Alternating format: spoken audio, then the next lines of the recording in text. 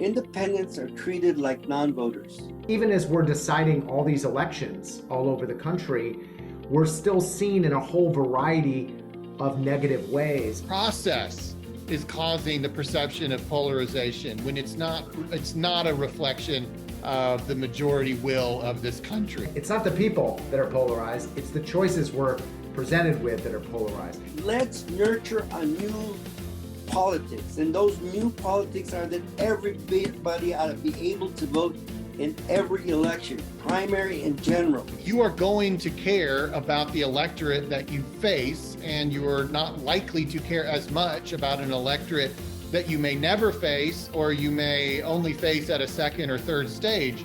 If you're looking at all the things that are going on in politics, independents are the key.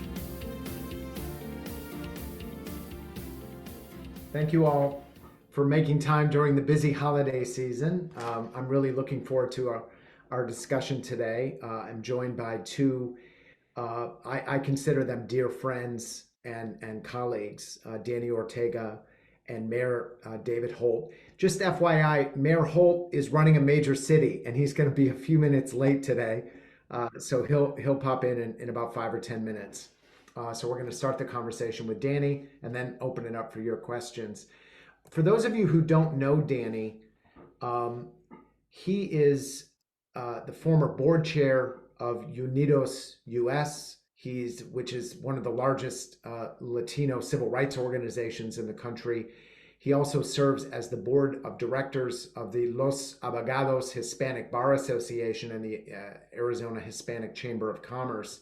And he's been a longtime advocate for people power, giving more power to the people in Arizona and this country, in the Latino community and beyond that. And Danny, thanks for making time. I've got like 52 questions for you, and let's see how many we can get in. Just play judge, and I'll answer them real fast. Okay, yeah, we'll do a speed challenge. So Danny, we collaborated a couple years ago on a paper about the growth of independent voters around the country. And I just want to read a paragraph from that. This is almost 2.5 years old and very, very relevant today. So you say, my party, the Democratic Party, recently had a vote to decide whether to allow independents to participate in the 2020 presidential selection primary. At this meeting, most of the delegates over 40 voted no, and most of the delegates under 40 voted yes. The noes prevailed, and 1 million Arizona independents, including hundreds of thousands of Latinos, were told that their voices don't matter. Yet many of my fellow Democrats remain confused as to why Latinos don't automatically vote Democratic, as Rui Teixeira and John Judas and other demographics our destiny prognosticators insist will happen. So that was written 2 years ago. Obviously, the independent voters of Arizona just handed victory to all the Democrats. They rejected the kind of election deniers the Republicans had put up. Is the attitude within the Democratic Party of Arizona, is it changing at all towards independent voters? Is it the same as it was 2 years ago? I think it's a broad brush to say the Democratic Party, though ultimately the majority are the ones who rule it, right? And at the end of the day, prior to this general election, they were still not close to wanting to deal with the realities of closed primaries. But after what happened this general election, you're talking about 2 years ago when I made that quote, and you're talking about a situation where, the election deniers weren't as serious about themselves as they are now, and the election deniers were not having an impact on Democrats and Republicans, as well as independents, with their pursuit of declare me the winner despite what the voters say, right? And so I think that the last 2 years have been, in my opinion, moving Democrats, not the Democratic Party, I am not the party, I'm a Democrat, but Democrats in general, to look at independent voters in a much different light than they had before. Now, I will have to say the election deniers, you can attribute the wins in this last election, okay, to several factors. Independents are number one, okay? Republicans who are tired of the election deniers and the Trump clan, okay? Number two, right.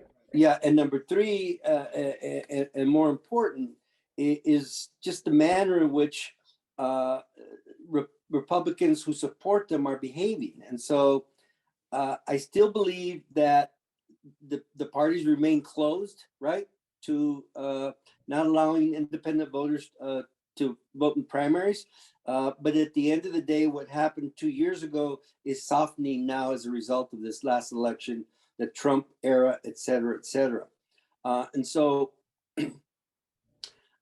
there's another event that just happened that I concluded over the last week, and I bet you're gonna ask the question about what happened to Senator Sinema. I'm very interested in your take on that. As a part of that shot in the arm that we needed for the work that we've been doing, particularly for independence, right, over the last several years. But I think that we're getting closer, and we're closer now than we were 2 years ago when I said that.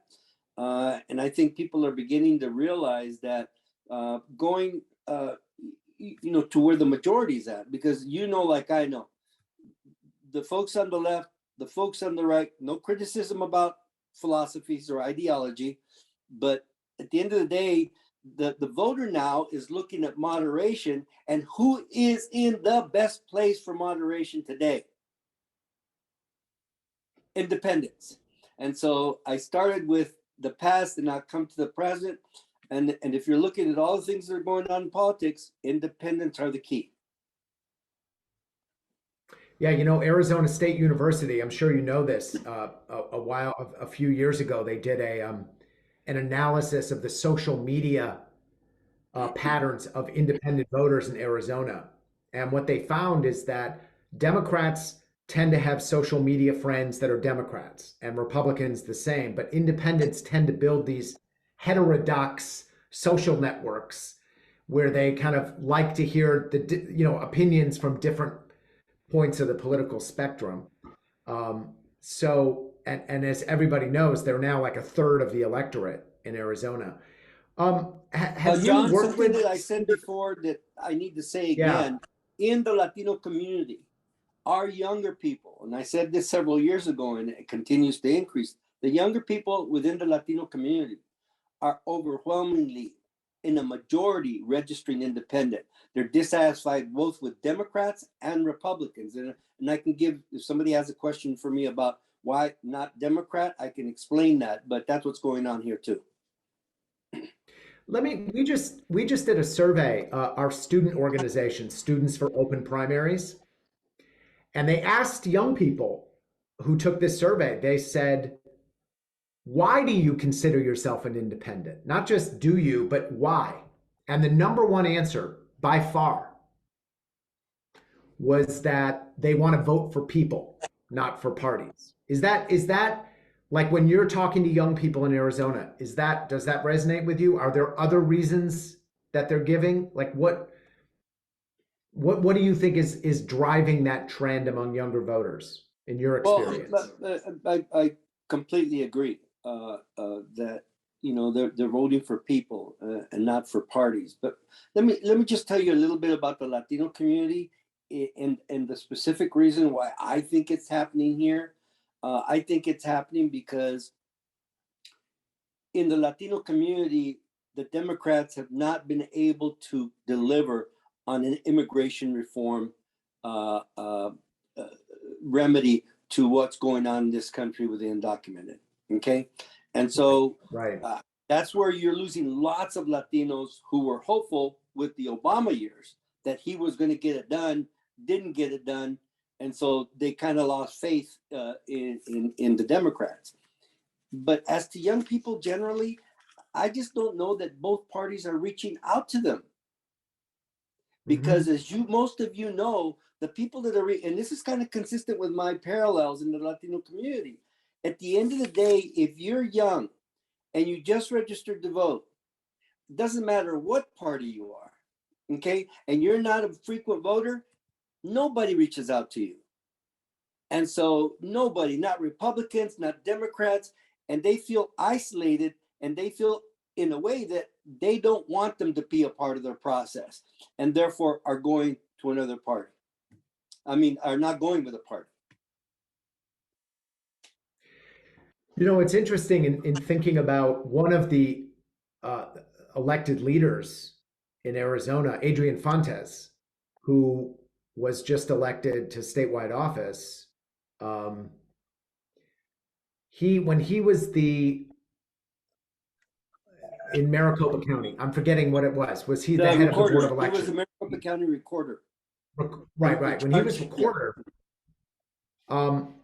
I actually supported his campaign and a number of people, and he worked very closely with independent leaders about how to involve independent voters and young people in his campaign, and did a lot of creative work to, not just run the Democratic Party playbook, but do outreach to independent voters. Do you think, is Adrian someone who can kind of champion this new constituency at the statewide level? I mean, he's got his hands full with his job, but do you think that's a role that he could play? Absolutely. Let me tell you that I think that Adrian is not only a very good person, a very bright individual. He's also got the attribute of being a lawyer, and I have this thing about lawyers that they're good people. But when he first ran, he could not run on a Democratic Party label because Maricopa County is very heavy Republican. And when he ran as a Democrat, he had to put himself, even though he was running as a Democrat, in a position to attract independent voters. And that's why it is that he was very active in our movement in particular. And now he finds himself all over again. He just, as most of you know, he just won the Secretary of State's office, which is the election office of the state, just like the Maricopa County Recorder's office was the election office for the county. He continued with that. He continued at, I'm a Democrat and I believe none of that. He continued with, I believe in voters' rights to do X, Y, and Z. And he had a very independent sounding campaign that attracted those independents. And the Democrats are going to vote for him, who are straight party Democrats. So I think the combination of both and the reality are getting better. That's interesting. Let's go back to Sinema for a minute. So have you known her for a while? Have you worked with her? What's your impression of her as a leader? Yeah, first of all, before I start, I want you all to know that I don't use personal friend loosely. Okay, I know in politics it's real easy to exaggerate your relationships with others only because you want people to know that you somehow are in a position of power. Yeah. But at the end of the day, Kyrsten Sinema is a personal friend.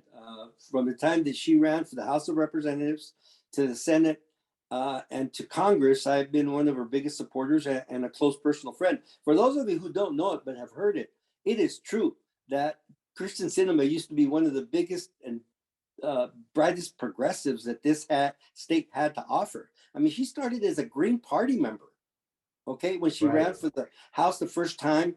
And during the anti-immigrant slew of legislation that came out in Arizona in 2005 or thereabouts, she was very heavy in supporting the rights of immigrants against these horrible laws that were being passed in Arizona. And so we worked together on a lot of things. And I can tell you that I have a tremendous degree of respect for her. And I did see her shift in the Senate. Because remember, at the time, Russell Pierce was the speaker, the president of the Senate, and she had to work with him in order to get her legislation passed. So she started with Russell Pierce, and just a right-wing Republican to no end. She started working with him And at that point, a few of us were like, what's going on here, right? And her position back then, way back then, was I need to get some stuff done, and I got to work with the president of the Senate. Then she went on to the Congress, and then she started moderating even more. Went to the independent voters, because even though the district that she ran in was Democratic, not heavily Democratic, she still needed those independent voters. And then you could see her move to the right even more so. And then while being a congressman, she moved to the middle, and hasn't moved from there. And then now everybody knows what she's done with the U.S. Senate. But getting back to the point, I just wanted to give you all a little history about Kyrsten Sinema and what she just did by turning independent. I can tell you that she is smart as hell. I mean, brilliant. Number one. Number two, she doesn't do anything unless she studied it. Nothing's up the hip. Nothing's reactionary. And she thinks about herself and her future more than she thinks about anything else. So when she made this decision to go independent, I would think that it was well studied. I would think that there was plenty of polling.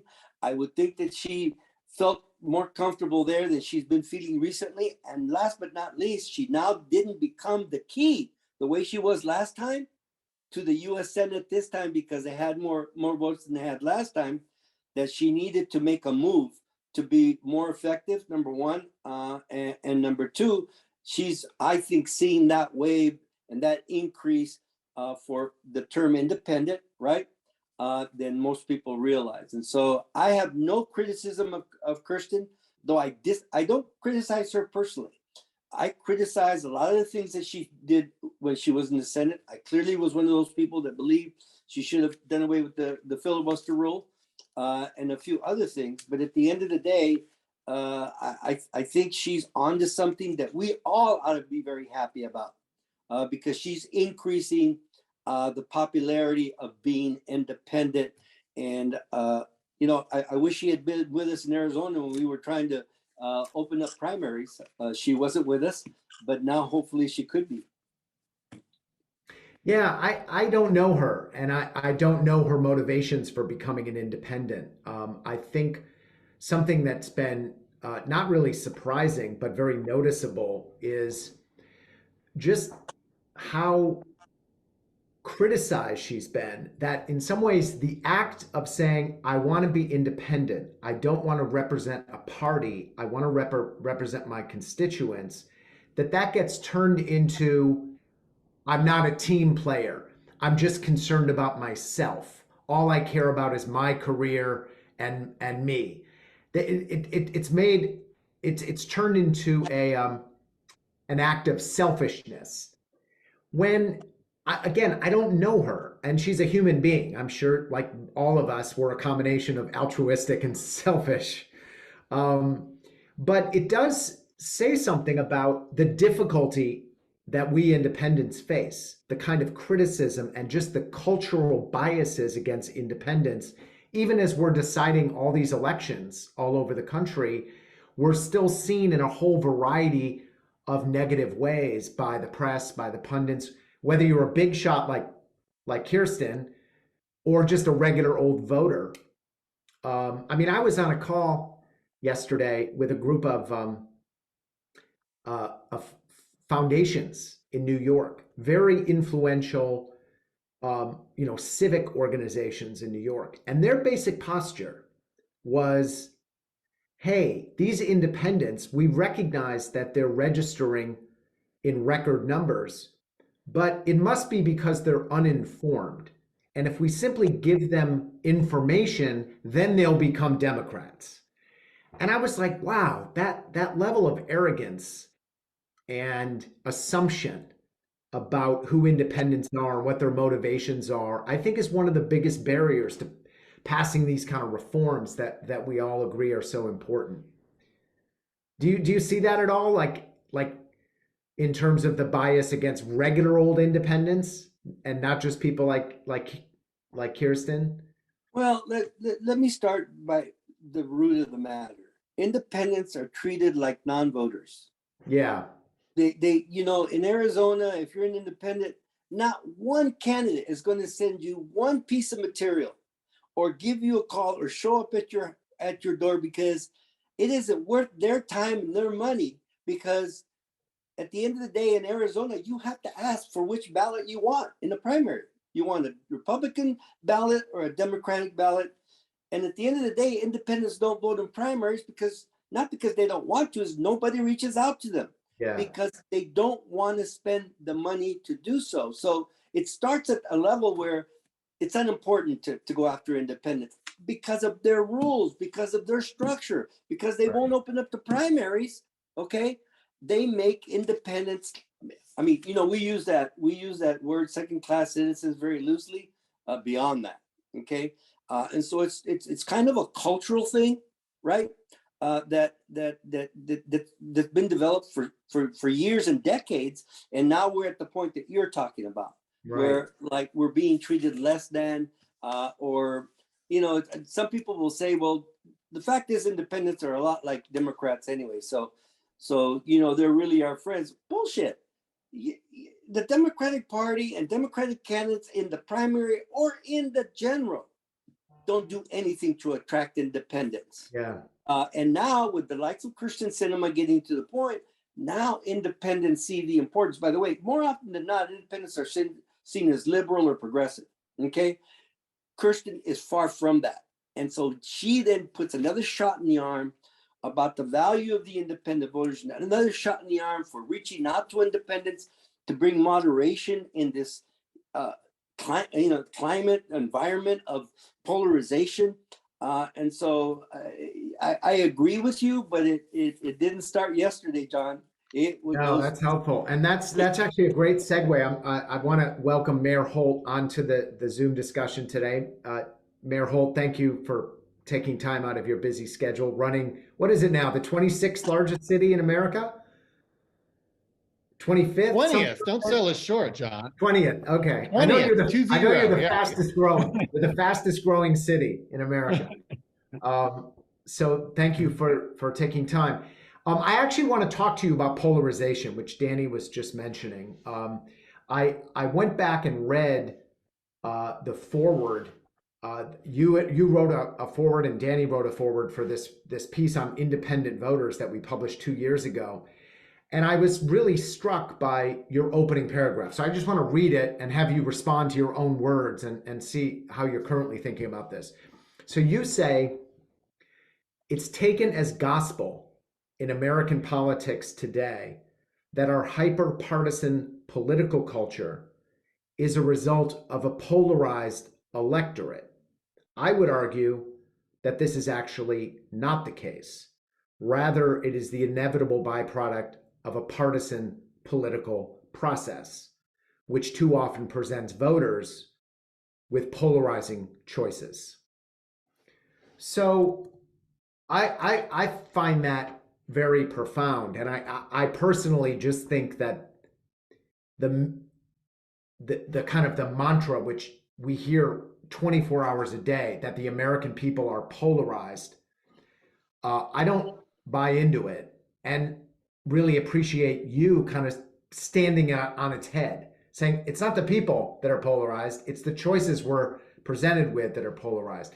Is that your current thinking? Have things evolved? Are there new facts that you're processing that have, how do you think about this question of polarization now? Yeah, well, first of all, thank you, John, and thank you for your patience as I got on. And Danny, it's great to see you again. And I apologize in advance. Classic Life of the Mayor story. There's a band practicing in the room next to me that's going to do a concert in my office in a little bit. I hope that that's not bleeding through. I apologize. It's lovely music, but I hope it's not interfering. But yeah, I mean, as I've said there and in other places, and as you just identified, and obviously it's your professional focus and it's the focus of so many people on this Zoom, we believe that process is causing the perception of polarization when it's not a reflection of the majority will of this country. And I just see it every day in my own city. And I think a lot of people see it in cities as well for a couple reasons. Cities have to get things done, so we can't really mess around with these political games. And also, many cities have an open election process. That's just a common thing at the municipal level. There's some sort of historical reason for that, I suppose. But here in Oklahoma City, we have basically a nonpartisan top two form of elections, and it allows people to kind of come together. I will concede there are some people that are polarized in American politics. I mean, we just have to open Facebook to see that. But they're not a majority. I think roughly, I always kind of ballpark it at about 15% of people at each extreme. That's collectively about a third of the country. But there's these 2/3 in the middle who just want to get things done. And by saying they're not polarized, it's not to say that they agree on everything. They certainly don't, but they're different political parties. But they are just, they're willing to compromise. They understood the American experiment when they graduated from high school. Like, they understand that we still have opinions, but we're a pluralistic society, and we come to some sort of outcome that reflects enough of that opinion that we can all move forward and into a new chapter. So I think, yeah, when you have electoral systems that recognize the reality of American life and that recognize the compromised form of government that our founders created 240 years ago, then you're allowed to see that really life is not so polarized. But if you have electoral systems where people are making decisions in little silos, and then we as the general election voters are presented with two extremist candidates, sure, it can look polarized. But I think that's a process that is a product of the process that has nothing to do really with where people really are. So, David, you've served in the state legislature, which is, you're elected in a partisan process, and you've served as mayor, and you've talked very eloquently about the difference. Can you give us like some inside scoop about what's the difference? I mean, one, you're a legislator, and the other, you're executive. But beyond that, like what's the culture like being elected in a nonpartisan system and serving in a partisan elected body? What are some stories or things that were different that impacted on you? Well, I mean, the first is and I suppose this is a pretty unique example. I guess there's not that many people in American life who have run and won elections in a closed partisan process and have also done so in a nonpartisan top two process. And I have done both.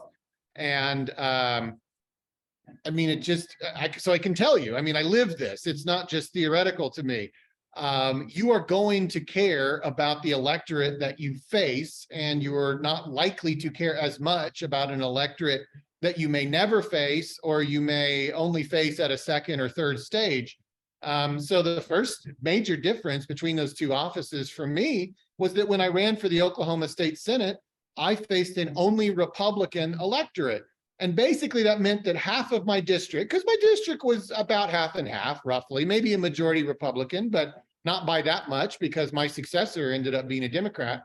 It basically meant that half of my voters in my district were not all that, I was not incentivized to care what they thought about anything. Now, I obviously did because I'm a good person, but right. You should have incentives that don't just depend on people being good people. You have to have incentives that also, give them reasons to care. And actually, you would find this anybody on this Zoom would find this interesting. No Democrat filed against me when I first ran in 2010, and no Democrat filed against me in 2014. And my predecessor had run unopposed for at least a couple elections. So if you were a Democrat voter in that Oklahoma Senate district, you actually did not cast a vote for like 20 years. Wow. Because if there's no Democrat, then you don't even have the general election in Oklahoma. I mean, that's amazing, right? I mean, talk about being disenfranchised, which you eloquently talk about a lot. But I mean, to imagine that Democrats in the state Senate District 30 of Oklahoma couldn't even cast a vote for like a quarter century, and they're like 40 or 50% of the district, just illustrates the folly of this system. It's just simply undemocratic, but it also leads to different outcomes that in process should not dictate outcome to that extent. So yeah, I much prefer this because I can build a coalition of normal people across party lines. You did that in Oklahoma City. This is my final question, then I want to open it up for the audience here. But You point out that Oklahoma City voted by 10 points for Joe Biden. It voted by 12 points for the Democratic mayor or Democratic governor. But then you run for mayor as a Republican Right. and you get 80% of the vote. So my question is this: does that impact on how people in Oklahoma City view themselves? Like, so much of America is told, oh, you're blue, oh, you're red. And here's a city that's like, oh no, we're going to vote blue over here, we're going to vote red over here, we're going to vote for the people we want. Are people proud of that? Do they talk about it? Or is it just people are busy raising their families and doing their lives and they're not talking about that? Well, you're raising an important point, because I have kind of answers on two levels to that question. It is really important, I think, that political leaders like me in positions like mine talk about process as much as and culture as much as we talk about policy outcomes, right? And so I do spend a not insignificant amount of my time on the platform speaking of our political culture. If you were to go back and read my State of the City addresses, you will see that I often reference and maybe give long treatments to the idea that we can work together across party lines. And so to your question about do people talk about it, I don't know if they would if it wasn't brought up, but I think leaders like me have an obligation to kind of keep us aware of what we're doing and how we're doing it. Of course, we got to talk about housing policy. We got to talk about homelessness. We got to talk about growing jobs in our education system and all those substantive issues. But if we're not also talking about how we reach outcomes, which is essentially what open primaries is all about, I don't think we're fully completing our task. So yeah, I talk a lot about our culture, and I think we've built a unique culture. It's created largely because of our form of elections. But it allows us to get things done and to work through some level of consensus. I mean, everybody in Washington wants to get 51% and then try to perpetuate some sort of agenda based on that. But I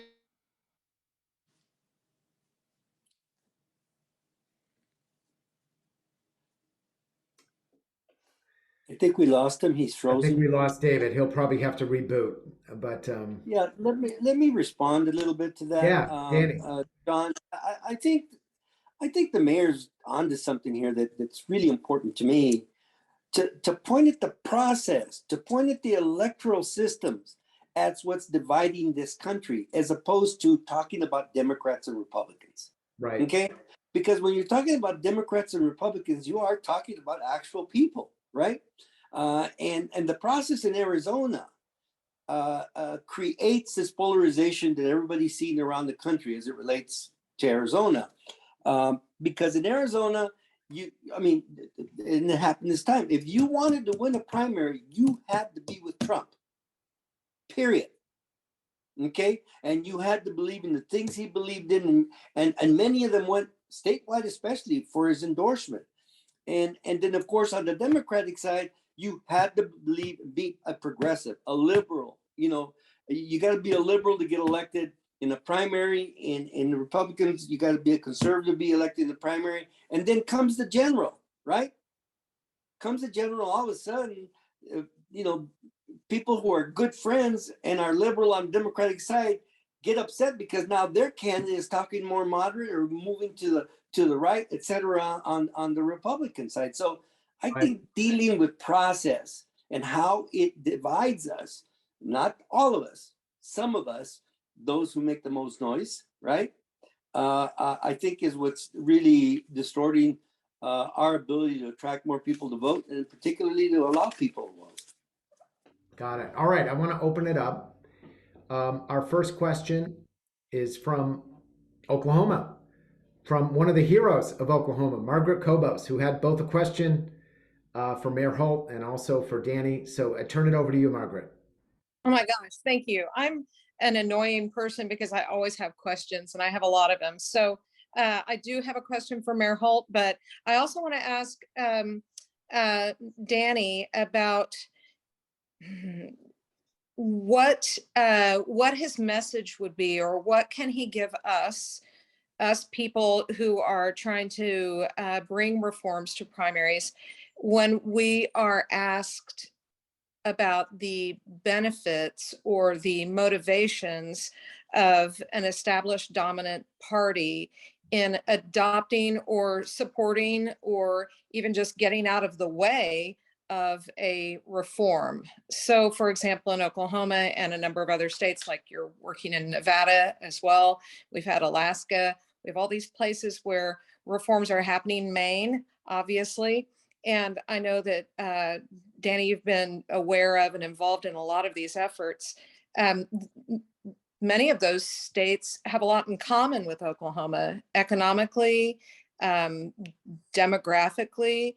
And so I'd just be curious what you felt were the most compelling arguments that won the day when you were talking about reforms and open primaries. Everybody ought to be allowed to vote. Everybody ought to be encouraged to. It's very basic. Everybody be allowed to vote. Everybody ought to be encouraged to vote. Everybody ought to receive the same information that everybody else receives, because at the end of the day, it's money that controls politics and the process that we have. And when you close primaries, the amount of money that you raise goes only to those who vote. And so I always start with, are you for voter participation? And the answer is absolutely. Everybody, yeah, absolutely. Not are you Republican, not are you Democrat, but voter participation. And then we create systems that don't allow for it. And so I always start with, let's nurture a new politics. And those new politics are that everybody ought to be able to vote in every election, primary and general. And it not be based on party. It ought to be based on candidate. If a candidate wants to be a Democrat, an independent, or a Republican, that's his assessment with regard to his ability to win.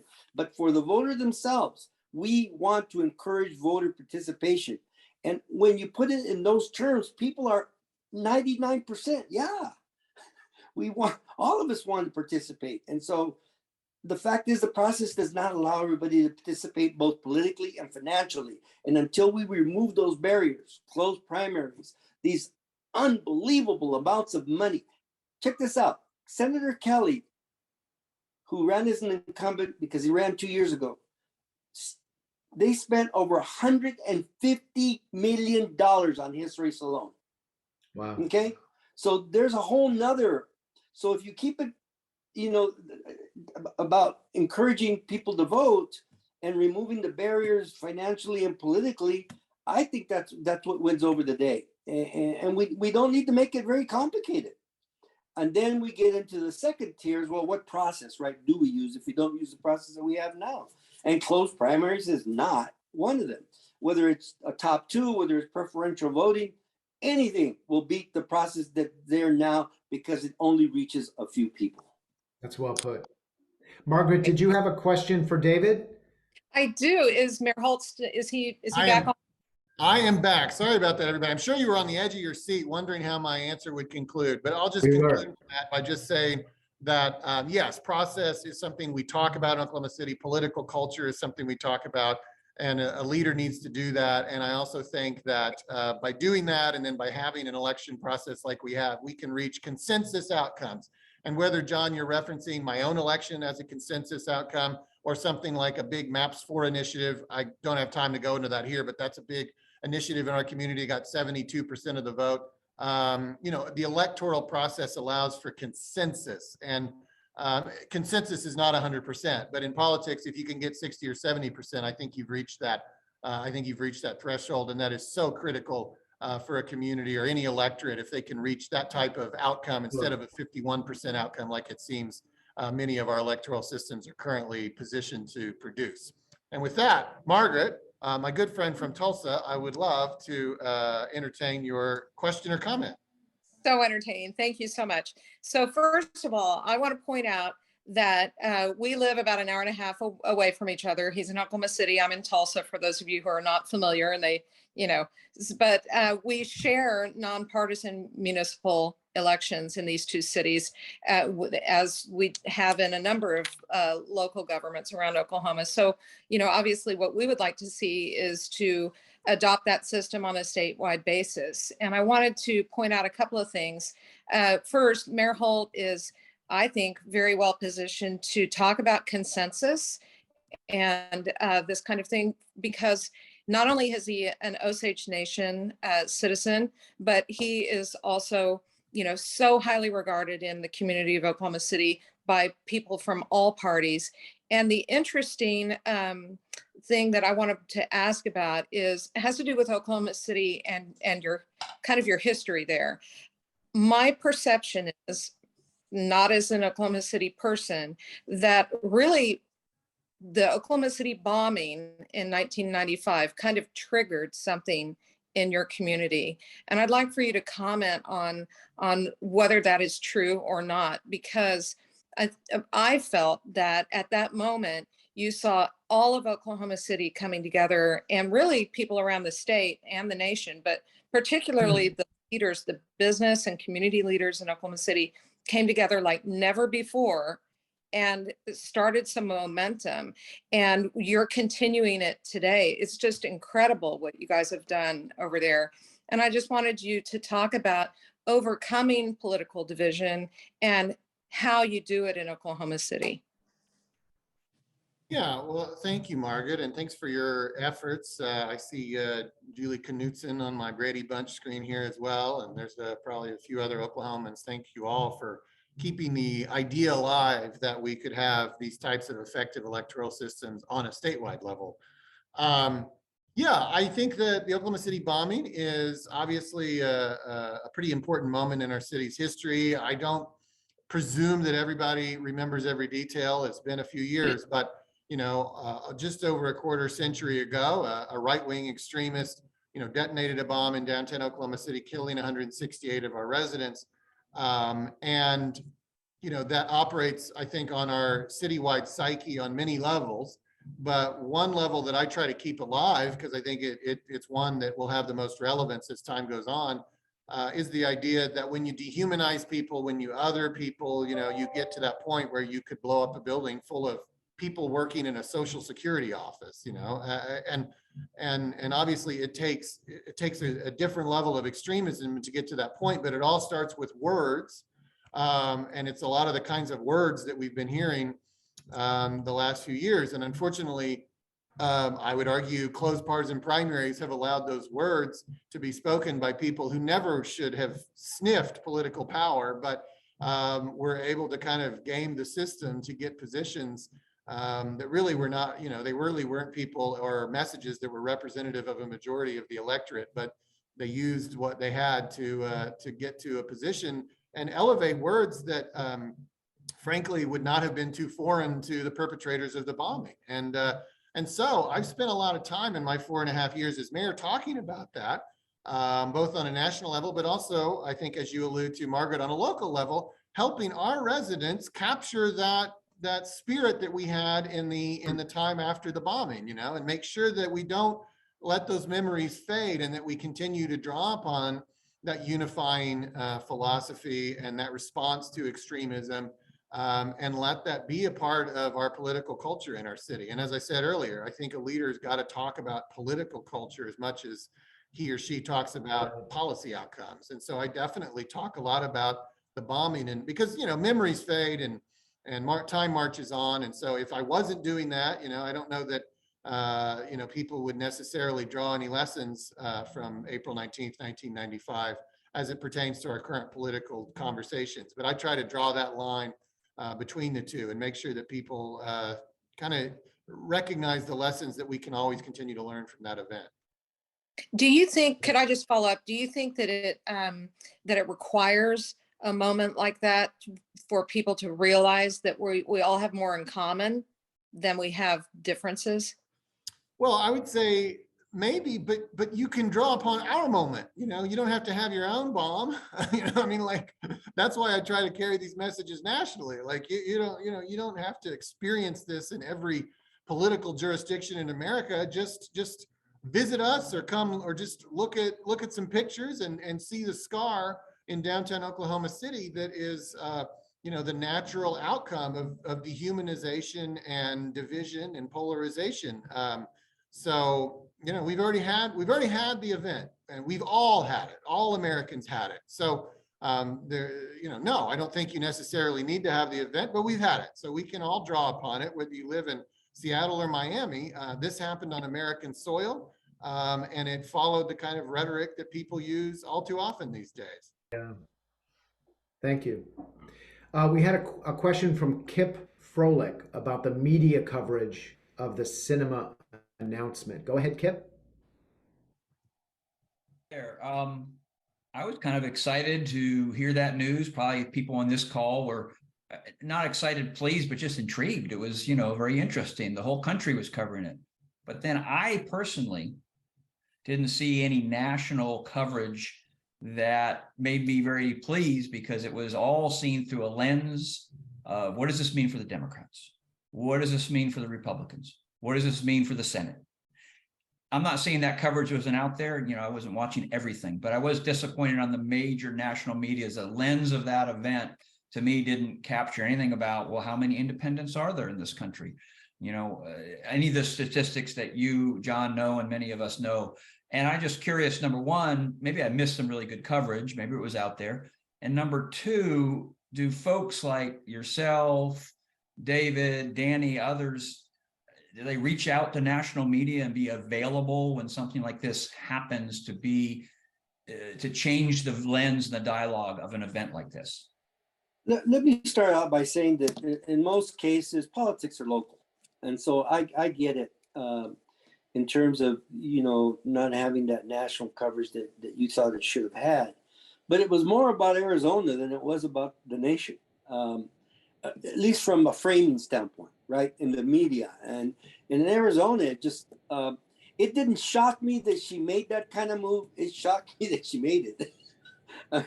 From you know, from being her whole life, from the day she unregistered from the Green Party to register as a Democrat, you know, to see her do it. But at the end of the day, I think different states, because of different processes, are going to have a different view of this. And in our state, it's what I talked about earlier, that really it emphasized the word independence, but really didn't talk about, you know, the effect that it would have on her and how she deals as a UN senator, being an independent as opposed to being a Democrat. By the way, there's no such thing as independence in Arizona. It's a non-preference. Okay, that's another thing that we have to deal with. You know, because we're not a party, and everybody thinks that we're a party. It's just a word that we all use. But I think in Arizona, it's a matter of choosing not to belong to a party as much as it is an independent. If I could just say, in regards to that development, so, you know, I think I functionally understand Arizona's electoral system, that it's basically a closed partisan primary. And so the jury's out if an independent can do well, even a well-known independent like the senator can do well in that format, right? If she's ultimately on the ballot with a Democrat and a Republican, it would be much better for the prospects of independent candidates, obviously, if they had a top 2 or a top 4, you know, because it just seems to me. So I guess we'll just see. But in Oklahoma, you know, as the Oklahomans on this Zoom are well aware, we just had 42% of our voters cast a ballot via straight party voting in the most recent, you know, general election, and that's complicating for somebody like Senator Sinema choosing to run as an independent, right? And I don't know if they have straight party in Arizona, but Danny kind of referenced the fact, yeah, this is going to be different in every state based on what your processes are. But But I think it is, yeah, it's a victory for independence, the sense that another United States senator has declared herself that way. But whether it works tactically is really an open question. And clearly it would work better if she was in a state that had a more open system of elections. Well, can I get, the analysis here is that on the one hand, that she has now given this US Senate seat back to the Republicans because they're going to be pulling from the same pool, right? And Republicans are not losing by big numbers in Arizona. And so one analysis is that it helps the Republicans. And the top analysis, quite frankly. And so let's see what happens. At the end of the day, in 2 years, that's a long time in politics. Yeah, and it's a very fluid moment right now, and who knows what's going to happen in the next 2 years, let alone the next 2 days. A question from Kimberly Guthrie about how do we not just talk about this, but make some change. Go ahead, Kimberly. Where are you from, Kimberly? So I am originally from Texas, but I've been going to college up here in Oklahoma. I go to NOC in Tonkawa currently, and this is Easton. He's from Edmond, Oklahoma. Yeah. Hi. All right. Go ahead. Shoot.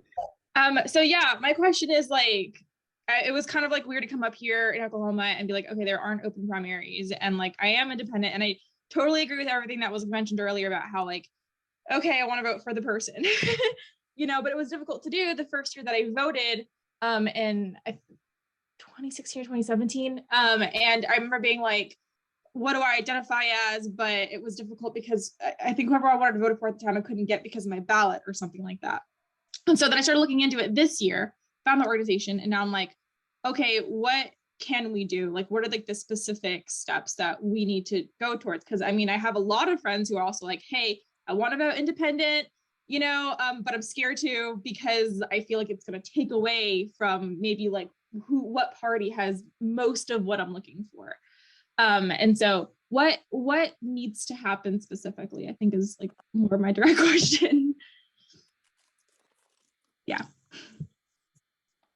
Well, maybe I could take point on that, and then Danny and David could provide some color. So you're lucky in that you live in Oklahoma, where Margaret Kobos, who spoke earlier, is working 24/7 on a campaign to change the law in 2024. So you should go to, and we'll connect you by email. You don't even have to go to our website. We'll make that happen after the call. But there's, Kimberly, to your point, there is a movement that is emerging all over the country to change the law. Some groups like Gary Sass in Rhode Island, they're working on it in the state legislature. David Thornburg in Pennsylvania. Other groups are working on ballot referendums. There's legal initiatives that are being developed. There's public education. We formed a group this year led by a freshman at the University of Chicago, Students for Open Primaries, that are building chapters on campuses all over the country. So there's a lot of base building and organizing that's underway, and we're still in very early days. We have a lot of building to do. So my answer to your question would roll up your sleeves and get to work. We got a lot for you to do. All right, thank you. Well, we attempted it about 4, 5, 6 years ago, John. Yeah. To try to 2016 in Arizona. Yeah, and the politics were just not there, and because the politics weren't there, the money disappeared. We had money at one point, and they took it back because our plan wasn't exactly what they thought it was going to be, really open to the people. And so I'd be interesting to see how we can influence Kirsten Sinema about how she handled herself. That's going to encourage changing processes. Because if she had been where she should have been when we were in Arizona, her declaring herself an independent now, we would have had a process in place, right? Where she could literally run the next time and win without a question from the middle. But in this situation, it's a whole different story. Yeah, I mean, Kimberly, it'd be simpler if you could just pass a bill through Congress, but it really is, as a lot of people on here know, it's really 50 different election processes that we'll have to navigate, some of which are already in a good place. So it's not 50 that you got to conquer, but but you're going to have to do it in every state. And in many states, the legislature will be a more difficult path. And so where we live in Oklahoma, we would probably have to pursue, you know, signatures and a ballot initiative. And it's just a lot of work. And you know, it can be very expensive, but I just always tell people it is the one thing you can do that dictates all the other outcomes. So it is the most important thing you could do if you want to see good governance, is to get a process in place that is as close as possible to matching the two principles I always express. And if I say nothing else on this call, this is what I consider the most important thing, because open primaries means so many different things to so many different people when you use that phrase. I always say, you need a process where all the voters get to see all the candidates, and all the candidates have to face all the voters. And if you get something anywhere close to that, you have improved your electoral process. And I hope we can do that in Oklahoma. And I apologize to all the non-Oklahomans on the Zoom today for the preponderance of Oklahomans here, but it's a good thing. That's great. Kimberly, I just the mayor said something that was real important that I think you ought to realize. He said very expensive. Did you hear him say that? Yeah. Yes, sir. If there's anything that stands in our way, if there's anything that's an enemy to our movement, it's money. Because we need money in 50 states, less now, but in the states, to try to change those processes. And the people with the money want to keep it closed because they have to give to fewer people, all right, in the process. So very expensive. Mayor Holt, you put your finger in the right place there. If to change the system here in Arizona, if they're spending $150 million for one candidate in the U.S., you know what the rich people are going to do to keep the process in place? We just don't have the money to do it. So keep that in mind. Yeah. All right. All right. We have one final question, and we're going to break through the Oklahoma juggernaut here. We're going to Perry Benemelis, who has a question about efforts underway in Arizona. Go ahead, Perry. Thank you. I wanted to ask Danny if he's aware of any legislative effort that's underway to open the primaries for the 2024 election here in Arizona. And if not, is the only path forward through an initiative effort? The answer is nothing's on its way. You know, we've been talking about it for years. When was it that we tried, John, so that everybody has an idea? Well, Paul Johnson put it on the ballot in 2008, and then we tried again in 2016. So it was 6 years ago. Yeah, and so since then, nothing's happened. It's once again been an issue of money, okay? And yes, it will have to be by initiative. And the question is, who's willing to invest, you know, in changing the process? And we just haven't found that goose. John, Ted. Yeah, Ted, weigh in here. Yeah, John was with us about a month ago when we talked about what we're doing in Arizona. Actually, there's a very coordinated effort in Arizona underway to bring an initiative to the 2024 ballot. There's a grassroots effort known as Voter Choice Arizona. It's got several thousand followers. There's a bipartisan effort that Southern Arizona leadership, Greater Phoenix leadership, and a number of other organizations are putting together on a bipartisan basis to bring an initiative in 2024 that would include open primaries. We still haven't decided if we're going to go with ranked choice voting, but very likely it's going to be similar to what was done in Alaska, perhaps top 5 in ranked choice voting. Anybody that would like to get involved in that effort, please give us a call. And Danny, a question for you. We'd love to get you involved in that. And I'd love to get your take as to how we can better engage the Latino community in Arizona in that effort. Well, I'm not short for being somewhat abrupt, but you need to get Latinos involved in the movement. I heard about this months ago. I don't know of one Latino that belongs to your group. Okay. And I'm talking about the core of your group, not that you have somebody peripherally involved. And so the very first thing is that you got to get somebody who's politically active to join your group to spread your message. It's an excellent movement. I want to be a part of it. There's no question about it. Okay. But at the end of the day, you got to reach out to more folks. And typically we start small. I get it. But in the evolving this and getting out the message, the Latino community is not only critical, but it would get excited to be a part of it. So that's my advice to you. We'd love to have you be a part of it. And somebody will be in touch. I guarantee somebody will be in touch. Great. We're out of time. Thank you, everybody. This is actually our last discussion of 2022. We're putting together our, first, let me just thank Danny and Mayor Holt. We could easily go for another hour, but we're out of time. A favor to ask of every one of you. We're working on our 2023 Zoom series and have a lot of, I think, interesting topics and campaigns and coalitions that we're going to explore. I would find it, and the Open Primaries team would find it helpful if you could take 2 minutes and write us an email and say, hey, here's what I like about the Zoom discussions I've been on. Here's what I don't like about them. Here's some things I'm interested in learning more about. Here's some things that I find unbelievably boring. Don't do it again. Let us know, because we want to keep advancing and developing this discussion series and make sure that it really is helping people as they pursue and build all that you're building all over the country. So take 5 minutes, send us an email, and share with us your feedback. Thank you, everyone. Happy holidays. Thank you, Danny and David, and we'll talk to you soon. See you next year. Thank you, John. Thank you, everyone.